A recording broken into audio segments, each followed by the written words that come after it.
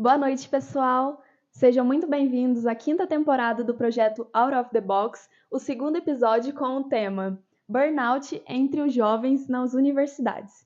E hoje a gente tem a honra de receber a Iana, que vai falar um pouquinho com a gente sobre esse tema. Seja muito bem-vinda, Iana. Boa noite, pessoal. Muito obrigada pelo convite, meninas. É uma honra estar aqui. E sim, vamos falar de um tema super importante hoje, que é o burnout, né, entre jovens universitários, que é um tema muito importante de ser falado e dar, né, a devida atenção a isso. Pessoal, para quem ainda não conhece, o Out of the Box é um projeto do PET Fisioterapia, onde a gente discute temas que são fora do nosso cotidiano. Você pode assistir as nossas últimas temporadas tanto pelo YouTube quanto pelo Instagram e também pelo Spotify. A gente trouxe aqui para vocês um pouco do nosso projeto do PET, que são os nossos livros. Aqui a gente tem o Guia Prático de Eletrotermofototerapia, também temos o Manual Fotográfico, temos o livro de Goniometria Digital e Terapias Manuais, um guia de aplicações práticas. Bom, agora eu vou falar um pouquinho do currículo da nossa palestrante de hoje. O nome completo é Iana Cayala Gomes Lourenço. Ela é formada em Psicologia pela Universidade de Alfenas, a Unifenas. Ela atua na abordagem em terapia cognitivo-comportamental, com atendimentos presenciais e online para todo mundo. E também atua como psicóloga clínica no SUS. E para a gente começar, você poderia contar um pouquinho para a gente como foi sua trajetória na psicologia? Sim, com certeza. Vamos lá para 2020. Bem no início ali da pandemia, né? Foi uma surpresa para todos nós, né? Eu acredito. Eu lembro que estava toda empolgada ali para iniciar o curso e vem a pandemia ali para tirar a gente um pouquinho da zona de conforto, né? E assim, comecei o curso ali, tive um mês de aula presencial. E aí foi, né, dessa forma, olha, agora a gente vai passar a ter aulas online, né, aulas remotas. E aí foi assim que começou, né, o curso ali, né, a minha trajetória na psicologia foi entrando no curso, e aí eu já gostava muito de uma abordagem da psicologia, que é a terapia cognitiva comportamental, inclusive, que é a que eu sigo hoje. E assim, as pessoas olhavam e falavam assim, nossa, mas como que você, né, já sabe que é essa que você vai seguir? Porque era uma coisa muito assim, como que eu poderia dizer? Eu gostava muito, né? Eu lia muito sobre, achava interessante, e aquilo foi cada vez me chamando mais atenção. E aí, aquilo ali para mim já era algo muito certo, né, para seguir. Mas não me fechei, né? Eu olhei para outras abordagens também no meio do curso ali, me interessei, inclusive tive aulas de psicanálise e o professor era incrível, e isso prendia muita atenção, então fazia eu duvidar ali se era mesmo a TCC, né, que é a terapia cognitiva comportamental, mas assim, eu entendi, eu soube separar, né, eu entendi que não era a psicanálise, sim a TCC, mas foi dessa forma, então assim, tive muitas disciplinas que eu amei no curso, tive disciplinas também que eu odiava, como qualquer curso, né? Mas assim, todas com viés ali para o olhar humano. Então, assim, isso me conquistava a cada disciplina no curso. Mas a psicologia em si, ela não era algo que eu tinha planejado para seguir, não. Eu me via como médica. Me via como médica e fiquei uns bons anos ali estudando para passar em vestibular de medicina, mas acho que até não deu certo por conta disso mesmo, que talvez era para eu ter ido para psicologia mesmo. E realmente, hoje eu me vejo no curso de psicologia, então assim, é algo que era para mim mesmo, né? Tinha aptidão para isso também, e as pessoas falavam muito, Ana, você daria como uma ótima psicóloga. Eu falei, gente, eu nunca me vi assim, né? E pensando nisso, nessas falas das pessoas, né, isso me fez refletir sobre psicologia. E agora hoje eu tô aqui, né, me formei começo desse ano, já estou atuando, igual você falou, né, Carol, na minha biografia. Tenho tido experiências incríveis com os pacientes, inclusive atendendo pelo SUS, é uma forma diferente de ver ali os pacientes, então assim, não tinha lidado com essa nova experiência, né? Foi algo muito novo para mim. Então está sendo assim, de grande como que eu posso dizer? Está sendo incrível mesmo essa experiência com os pacientes, e eles estão me ensinando muito, né? E eu também atendo particular, então, assim, mas eu falo que as demandas são diferentes. Então, assim, é tudo muito novo. Eu vou pegando o paciente ali, é uma caixinha de surpresa. Muito linda a sua trajetória. A trajetória da área da saúde em si é muito bonita, né? Muito. Independente se é medicina, se é fisioterapia, se é psicologia, cuidar do outro é muito bonito. Muito. E eu acredito que a gente já nasce com uma vocação, assim, sabe? Tudo bem que tem estímulos de fora e tudo mais, mas eu acredito que a vocação é uma coisa que vem de dentro do coração, de cuidar do próximo. Uhum. É muito legal. Pra gente continuar a nossa conversa sobre o tema de hoje, você poderia explicar pra gente o que é exatamente burnout? Sim. Vamos pensar o seguinte: o burnout em si, ele é uma síndrome, né, caracterizada por 3 principais características, vamos dizer assim, né, para a gente pensar de uma forma mais simples. A primeira seria a questão da exaustão emocional, então seria o esgotamento emocional em si, que é algo que fica claro quando você percebe ali que existe ali uma questão de burnout. Outro fator também importantíssimo seria a questão do distanciamento emocional. Então, a pessoa ela começa ali distanciar das suas emoções, distanciar das atitudes que antes, né, ela agia daquela forma, começa a agir de uma maneira diferente.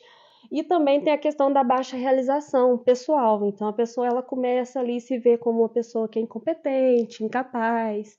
Então, esses 3 são importantíssimos, tá? E aí, o que acontece? Isso tudo vem, né, está associado a um estresse crônico. Então, é algo que a pessoa já vem acumulando ali por muito tempo.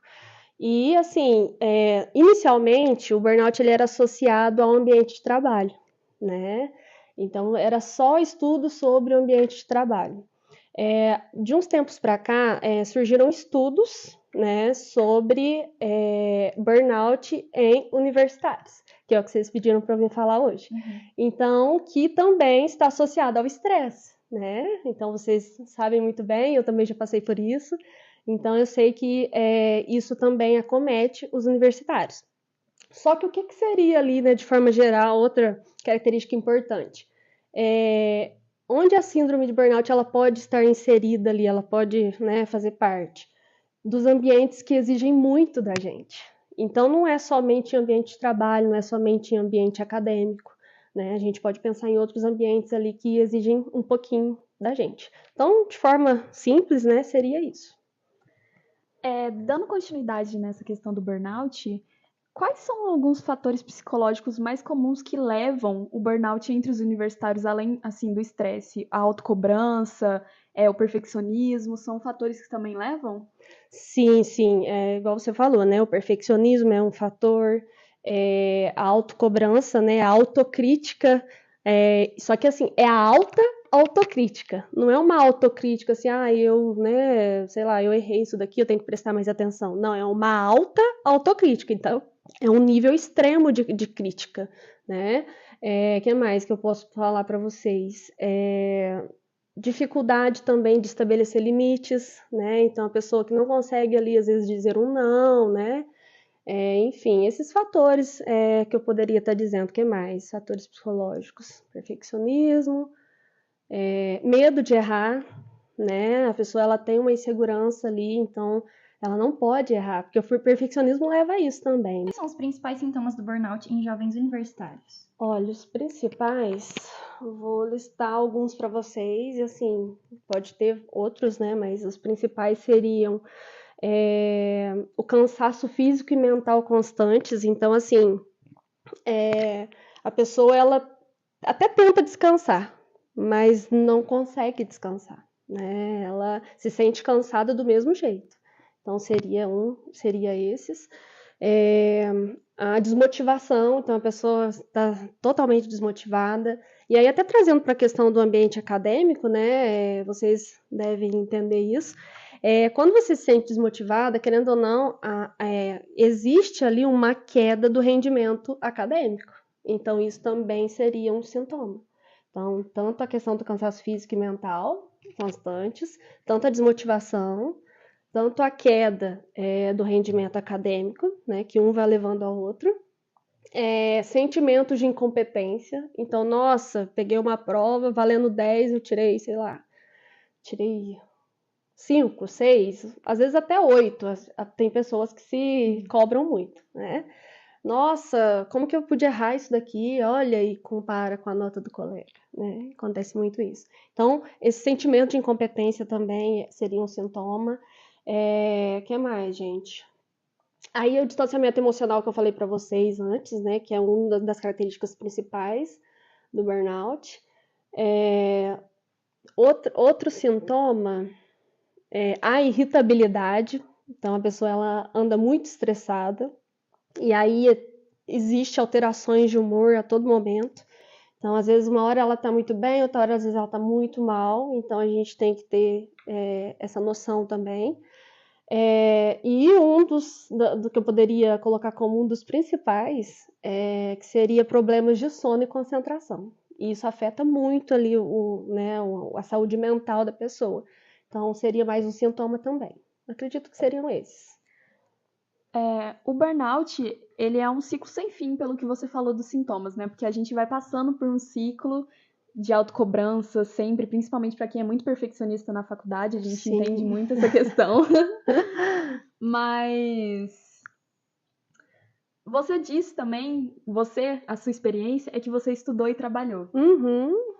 Você vê muito isso acontecer em pessoas, não sei se você atende jovens, essas pessoas que são mais acarretadas no burnout. Se estudar e trabalhar, ela deixa a pessoa mais vulnerável? Sim, nossa, muito, né? E assim, posso falar, né, como experiência, eu que trabalhei e estudei ao mesmo tempo, eu tive ali sintomas, assim, né, de burnout, mas não cheguei a deixar isso, a sofrer sozinha com isso, né? Depois a gente pode falar um pouquinho sobre isso. Mas assim, estão mais vulneráveis sim, porque é a maior responsabilidade, né? É uma maior pressão ali. Eu preciso estudar, preciso trabalhar, né? Não tem momento para descanso. E se tem, é muito pouco. Sábado e domingo vira trabalho de faculdade, né? Madrugadas que eram para ser dormidas, né? Você está ali fazendo trabalho, você está ali estudando para uma prova. Então, sim, são mais vulneráveis. E é uma coisa que eu sempre comento quando a gente está tendo conversas assim de dia a dia, que estudar, fazer faculdade é 24 horas por dia. E aí, se você, querendo ou não, você trabalha, aí você tem a sua demanda no seu trabalho, aí deu a carga de 8 horas. Você sai, você tem toda a carga de estudo que não sai da sua cabeça, porque a gente dorme e acorda pensando em faculdade. Exatamente. Então, você adicionar mais essa carga fica bem pesado, eu imagino. Muito pesado, muito. Porque aí você não sabe o que você faz primeiro, né? Sim. E esses sintomas do burnout, ele também pode se juntar com depressão, ansiedade, aí junta um monte de fatores, né? Sim, e até é difícil porque o diagnóstico ali fica mais difícil também, né? E aí depois, né, posso estar falando sobre isso também, mas o diagnóstico ali do burnout em si, ele interfere na questão do histórico pessoal da pessoa, do contexto ali que ela está enfrentando, que mais dos sintomas que eu acabei de falar para vocês, a frequência e a intensidade deles, então, né, observar isso também. A avaliação ali em si com o psicólogo. Então, fazer ali fazer um teste, né? Uma avaliação com a pessoa em si para entender qual que é a intensidade e a frequência desses sintomas, a visão que ele tem de determinado assunto ali, né? Então, tudo isso interfere. E aí o diagnóstico fica difícil, porque você também tem que excluir outras coisas. Então, por exemplo, nossa, mas isso daqui não é uma depressão? Porque parece com depressão.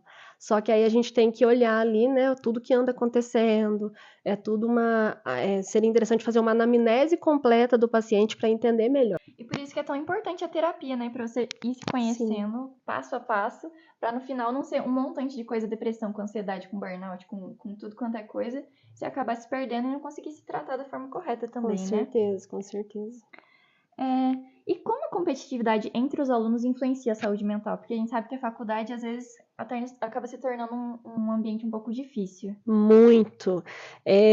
Poderia dizer que a competitividade em si, ela gera pressão ainda mais por desempenho. Então, eu preciso ser melhor que fulano, porque fulano, ele sai muito bem nas provas, ele presta atenção na aula, ele participa, e começa a gerar aquela comparação constante. Então, a competitividade, ela sim gera, né, essas questões aí do burnout em si, aumenta ali, né, esses sintomas, essa chance ali de fazer a pessoa ficar ali se comparando cada vez mais. É isso mesmo a pergunta? Você comentou que você teve indícios de burnout quando você estava na faculdade, trabalhando, estudando. Você poderia contar um pouquinho pra gente como foi essa experiência? Olha, eu não diria exatamente, né, que eu tive, porque são muitas questões aí para avaliar, mas assim, tive uma questão ali emocional muito abalada, então tinha dias que eu chorava sem saber o porquê que eu estava chorando, que é o distanciamento emocional que eu estava falando para vocês. Muito vulnerável, então qualquer coisinha que acontecia já virava choro e já virava motivo para desistir. Então, não, porque tá muito difícil, nossa, eu vou fazer só o básico, porque o básico já tá sendo muito difícil. Então, assim, era muito essa coisa de estar desanimada, indisposta. Eu lembro que atividade física mesmo, às vezes eu evitava por conta dessa indisposição. O que mais? Preferia ficar mais tempo assim sozinha do que com pessoas por perto. Mas assim, tive ali esses momentos de desânimo, né, de esgotamento emocional, vamos dizer assim, mas consegui sair deles com a ajuda da terapia, inclusive, né, a ajuda de pessoas por perto ali também me motivando, olha, né, tá acabando, né, porque assim, o final do curso, ele parece que ele testa a gente, ele testa. E aí eu acho que foi bem no finalzinho ali mesmo que estava me testando, sabe, depois de longos 5 anos, né, então assim, foi mais ou menos nesse sentido, esses sintomas assim de desânimo, de choro, né? Enfim, emocional abalado mesmo. Mas consegui vencer. E é tanta pressão de fora da gente ter que entregar as coisas, a gente ter que estudar para tal prova, quanto muito por dentro, né? De tipo assim, se cobrar mais do que necessário. Às vezes só precisa sentar e fazer o trabalho. Você dá 1000 voltas, fica, ai meu Deus, não vai dar certo, não vou conseguir, vai acontecer isso e aquilo. E acaba te atrapalhando mais, né? E até assim, se for dessa autocobrança, eu tinha muito, nossa, me cobrava demais. E aí depois eu fui entendendo que, olha, o meu lugar aqui é de que é uma pessoa que estuda e trabalha, não dá para fazer muito além do que está proposto ali, que é o que a gente vai falar um pouquinho depois, né, sobre expectativas irreais ali. As pessoas perfeccionistas, né, que têm ali essa característica de perfeccionismo, elas costumam colocar metas, expectativas irreais que não dá para serem atingidas. Então, assim, isso também era um dos sintomas que eu tinha. Então, eu preciso estudar. E às vezes eu não tinha tempo para estudar. Então, tipo, era o que dava do jeito que dava, né? Era isso. E ainda mistura com a ansiedade que, tipo assim, aumenta as questões em 1000 vezes. Você só precisa fazer um trabalhinho e sua ansiedade te leva para nossa, aquilo é absurdo para fazer. E você acaba atrasando, não fazendo, chorando antes de fazer. Nossa, é uma coisa que às vezes é tão pequenininha, mas que faz ficar, né? Exato. É muito grande ali, né?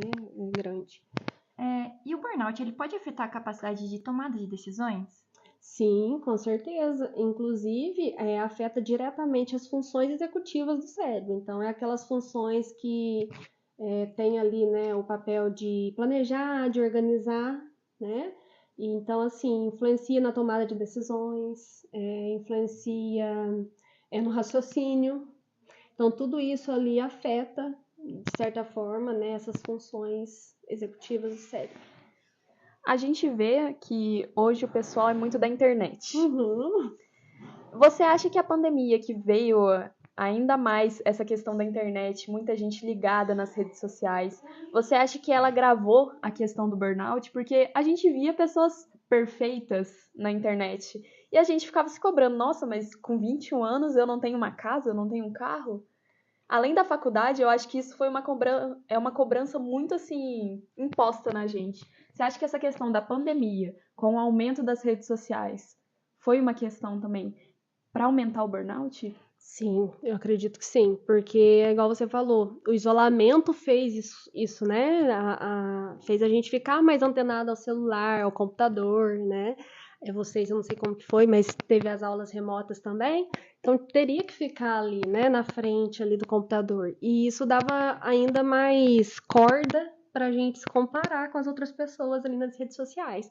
Então, sim, com certeza gravou. Não tenho sombra de dúvidas. É porque a gente acredita também, pelo menos eu acredito que é outro mundo depois da pandemia. Foi uma virada de chave muito grande, que aí você em casa o tempo inteiro, então se nas redes sociais, se comparando o tempo inteiro, acho que agravou muito.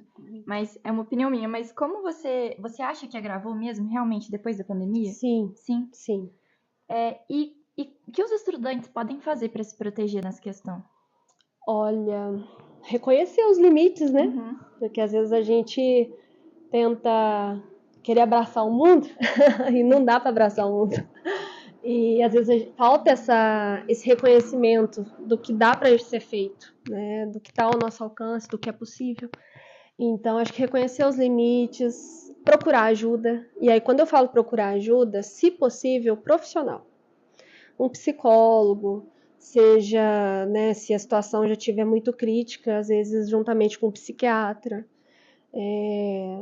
Além disso, né, fora da ajuda profissional, buscar ajuda com os amigos mesmo, né, com a família. Então, acho que sim, que, né, seria interessante isso, procurar ajuda dessa forma, né?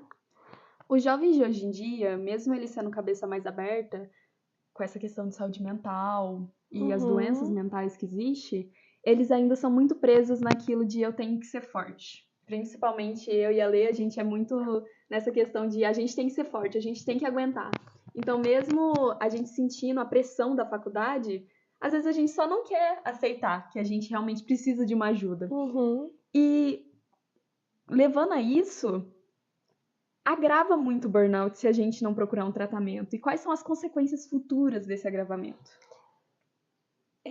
Aí eu queria fazer o questionamento para vocês, né? Eu, como uma psicóloga, não tem como, né, fugir disso. O que é ser forte? Né? Assim, para vocês pensarem, né? Não precisa responder, não. O que é ser forte? Porque se a gente for parar para pensar nisso, a gente vai abrir um leque de coisas ali. A gente vai pegar coisas lá, né, do passado, ou coisas que ainda estão presentes, né? Mas assim, só um questionamento mesmo. Mas agora trazendo, né, para respondendo a sua pergunta. Quais que seriam o agravamento se deixar isso a longo prazo, né? Transtornos de ansiedade e depressão. É o primeiro da lista, com certeza. Problemas cognitivos, então pode ter ali, né, uma questão de memória, né, de concentração. Falando da questão da questão acadêmica mesmo, o afastamento acadêmico, então isso começa a querer não frequentar mais as aulas, isso começa a surgir também. O que mais? Eu acredito que seriam esses, né, os principais ali que eu tô lembrada agora, né? Problemas cognitivos, transtorno de ansiedade e depressão. Eu acredito que seja isso, né? E nessa questão, acho que quando a gente entra nesse mundo assim de ansiedade, depressão, muitas vezes o que a gente vê é que a pessoa acaba perdendo um pouco da sua identidade, né? Ela foca muito naquilo, na faculdade, na vida estudantil, e ela meio que perde o sentido das outras coisas, perde sua visão de futuro, perde no que realmente a vida faz sentido. E aí eu queria saber como o burnout afeta a autoestima e a identidade dos jovens. Olha, a forma como ele se vê. Então, como seria isso, né? Que é o que eu estava falando da baixa realização pessoal um pouquinho antes.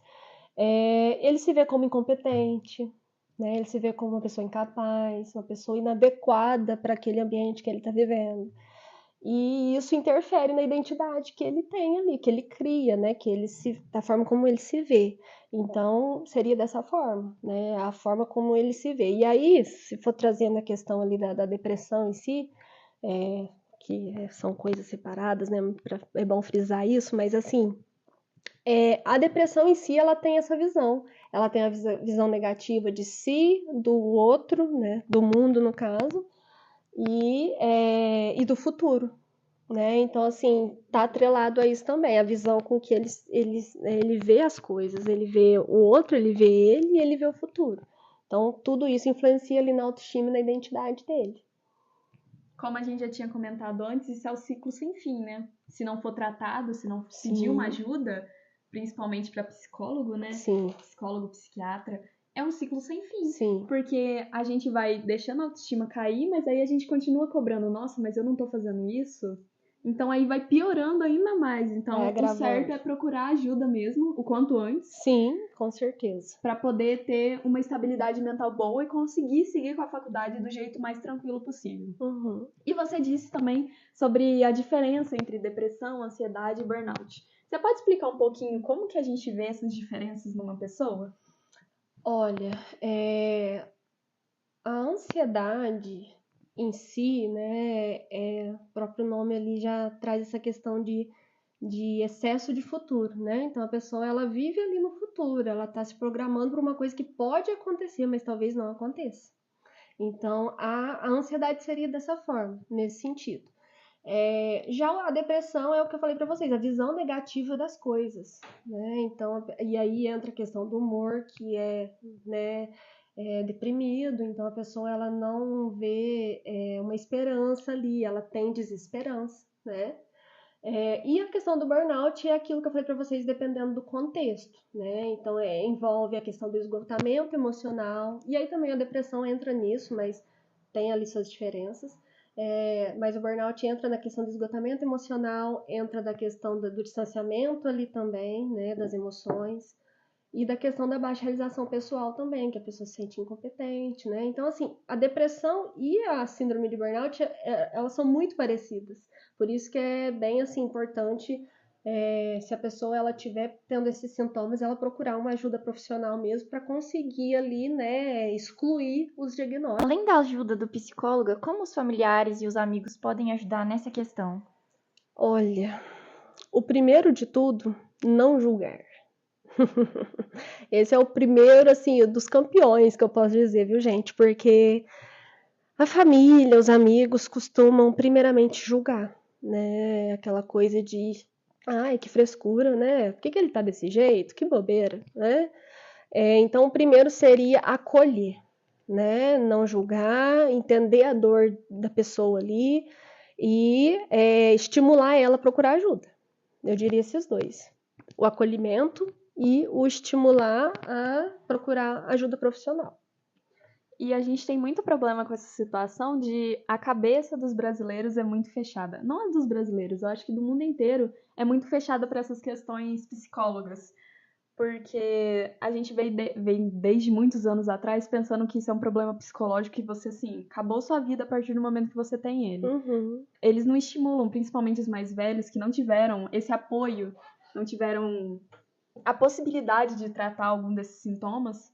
Eles sempre pensam assim, que não precisa desse tratamento, que é frescura. Uhum. E eu acho que isso é um princípio muito grande para a pessoa se fechar e não querer procurar ajuda. Sim. E aí é um ciclo vicioso. Que a pessoa não sai desse ciclo se ela não tiver uma pessoa ali para bater no ombro dela e falar, ó, vamos procurar uma ajuda. Dar abertura, né? Que é o que falta. É isso que eu acho que mais falta entre os jovens. É a gente não pensar em ser forte, principalmente falando entre a gente que ainda tá na faculdade, é a gente realmente se abrir um pouco. Sim. Que a gente sempre tenta se fechar e dar conta por conta própria. E não é assim que funciona. Uhum. Melhor coisa, de verdade, pessoal, melhor coisa é procurar um psicólogo. Com Por conta certeza. própria da gente a gente faz terapia e é a melhor coisa. Ótimo. Para conseguir fazer a faculdade da melhor forma possível e não se cobrar tanto. Sim, é um jeito de vocês entenderem também que vocês não estão sozinhas, né? É importante a gente frisar isso. Às vezes a gente está passando por um momento ali que dá para ser dividido com alguém, dá para ser compartilhado e, né, sendo compartilhado, tendo ali a ajuda também, né, de certa forma. Então, é importante sim, né, gente, procurar ajuda, se possível, né? E é isso. Quais são algumas estratégias mais eficazes para a prevenção do burnout universitário? O que os jovens podem fazer? Olha, eu vou simplificar, mas eu posso falar um pouco melhor depois que eu simplificar. Seria o famoso tripé, que eu costumo usar, né? E eu já ouvi isso em vários lugares e eu sempre assino embaixo, que eu concordo muito. Seriam 3 questões importantíssimas, né? Seria como se fosse uma receita de bolo, mas assim, né? É claro que não funciona com todo mundo, né? Gosto de frisar isso, cada caso é um caso, viu, gente? Mas assim, o tripé. Uma boa qualidade de sono, tá? Uma alimentação adequada. E o último, que não é menos importante, atividade física. Ai, Ana, mas então você está querendo dizer que esses 3 eu vou conseguir prevenir o burnout? Sim, você vai conseguir prevenir o burnout. Não só o burnout, mas também uma depressão, uma ansiedade, né? Questões mentais, saúde mental, tá? Mas assim, né, eu falei que eu ia simplificar, querendo trazer esses 3, mas é claro que tem outras questões também que podem, né, serem estratégias, como, por exemplo, você organizar uma rotina de descanso, tá, gente? Eu gosto de frisar isso que é importante, descanso e lazer, tá? Porque, assim, na maioria das vezes a gente acha que o descanso não é importante, né? Ah, vou deixar para depois, outra hora eu descanso, mas aí você nunca descansa, tá? Então, assim, seria interessante manter ali, se organizar, né, uma rotina de descanso e lazer. Se possível, fazer psicoterapia, tá? Que também é importante, é uma maneira de prevenir também. Participar de grupos ali, né? De pessoas que às vezes estão passando pela mesma coisa e às vezes até ser como se fosse uma roda de conversa, né? Um momento ali para conversar sobre isso, para deixar um pouquinho mais leve as coisas. Acho que isso também ajudaria. Eu acredito também que uma coisa leva a outra, e eu acredito também que a terapia é o pontapé inicial para você conseguir identificar as outras coisas. Sim. O pessoal, principalmente o pessoal mais antigo, costuma dizer: ah, você não precisa de terapia, não, você não tem nada. Só que a terapia é mais um autoconhecimento, e aí você entende do quanto você precisa do exercício, da alimentação saudável. Você começa, tipo assim, sair daquela névoa que você tá de coisa ruim, enxergar por fora e ver o que eu preciso fazer para melhorar essa questão, né? De ansiedade e tudo mais. Uhum. E quais são os perfis mais comuns entre os jovens que procuram ajuda? Olha,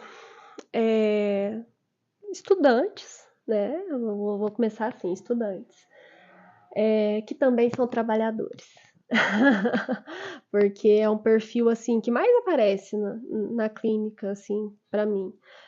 Pessoas que trabalham e estudam, pessoas que já estão sofrendo de ansiedade ou às vezes até o início de depressão. O que mais que eu posso pensar?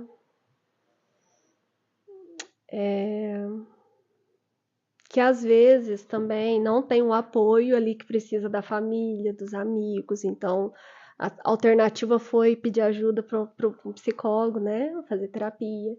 Então são pessoas assim, né, são jovens estudantes, mas que também trabalham e sofrem já ali de uma ansiedade, uma depressão.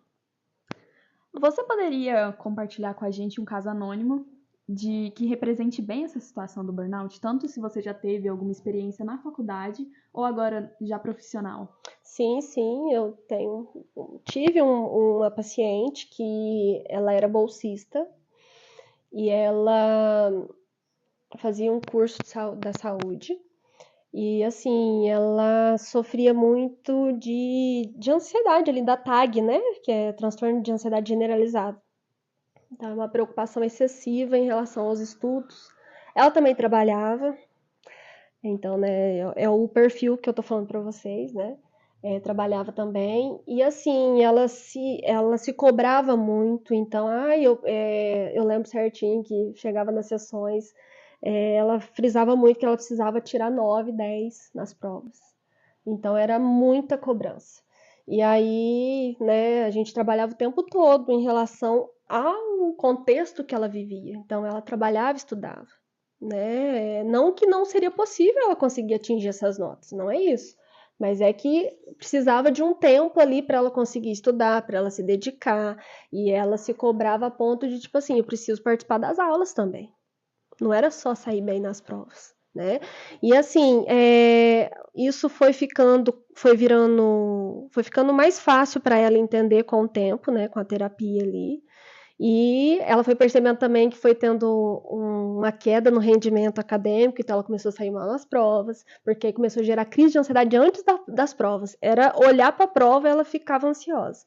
Então, tudo que ela tinha estudado tinha ido por água abaixo. E aí a gente foi trabalhando isso, né, até ela entender que ela era um ser humano, até ela entender que ela não ia conseguir ter controle de todas as coisas, teria coisas que fugiriam do seu controle, então ela passou a aceitar isso de forma mais tranquila. E ela conseguiu se reerguer a tempo, vamos dizer assim, né? Então ela conseguiu aceitar ali o contexto, entender que não dá para sair bem sempre nas provas, que que ela conseguiria fazer o que era possível para ela. E depois que ela entendeu isso, ela começou a ir bem em todas as provas. Aí ela até falou, nossa, se eu soubesse que era essa a questão, eu já tinha entendido faz tempo, né? E eu falei assim, não, mas precisava passar por isso para entender a importância, né? De ser humana, de entender que tem momentos para tudo, né? É esse caso. E o que você falou em relação a ser mais comum o burnout em pessoas que trabalham, então você acredita que tem uma diferença entre a frequência de burnout que ocorre nas escolas públicas e nas escolas privadas? Ambas têm um índice altíssimo de burnout, tá? E aí, o que eu poderia falar de diferença seria em relação ao que a pressão ali, né, a autocobrança, ela está direcionada. Então, por exemplo, em universidades públicas, costuma a pressão, a autocobrança estar ligada à excelência acadêmica. Então, eu tenho que ir muito bem, né, tenho que, né, atingir ali uma média X, e também a instabilidade financeira interfere, né? Porque assim tem alunos que, vamos dizer assim, sobrevivem ao dia a dia, né? Que precisa ali ter que envolve ali uma questão financeira, às vezes mudou de cidade para poder estudar e aquilo ali dificulta, né? Então, assim, tudo isso é importantíssimo e gera muita cobrança, né, na parte das universidades públicas.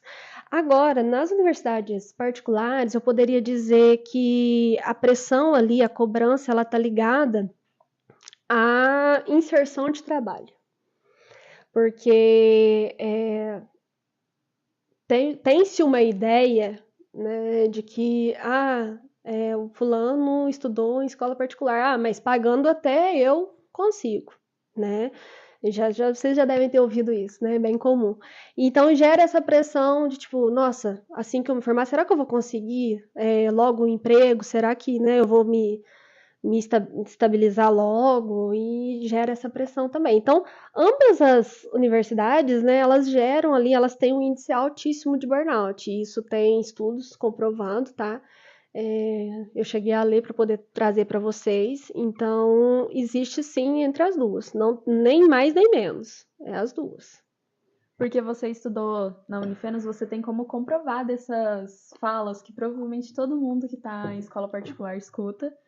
E a gente, como a escola pública, a gente também sente na pele a pressão que é a gente estudar o dia inteiro e ainda e deitar pensando no que a gente tem que fazer amanhã. Vocês, principalmente com a pressão de, tá na particular, facinho. É facinho, facinho. Sim. E a gente gostaria, eu e a Letícia, que você deixasse uma mensagem para os jovens de saúde mental. Uma mensagem não, o que você gostaria que os jovens soubessem sobre a saúde mental que poucos sabem?